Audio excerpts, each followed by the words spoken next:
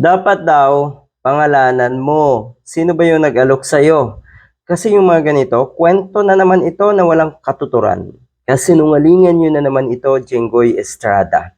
O sige, naniniwala naman talaga sa inyo yung mga DDS. So eto ang sinasabi ngayon ni Jenggoy Estrada, na siya daw ay inalok.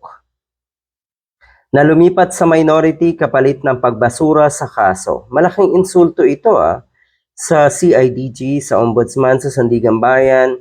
Dapat busisiin or dapat paimbestigahan ito kung meron talagang nag-alok sa kanya. Kasi kung tutuusin, kung titignan natin, imposible to. Kasi alam ko, pag inalok ka, Jinggoy, kung sino man yung nag-alok, kung meron mang mag-alok sa'yo, siguradong kakagatin mo yung ganito. Abay gusto nyo, makaligtas kayo Makaligtas kayo sa mga kaso nyo.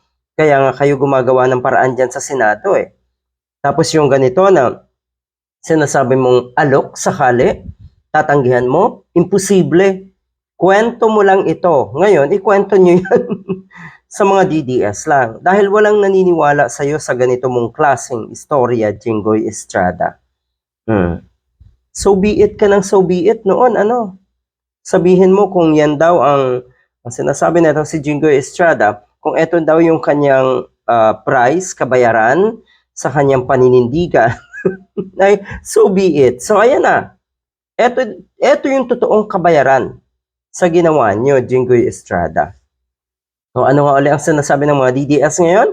Na kung ay walang napaparusahan sa flood control scam. Ayan isa-isa na, unti-unti na, at lahat ng yan, sasabihin ko sa inyo, ay pawang mga idolo ninyo ng mga DDS, yung mga kasabwat.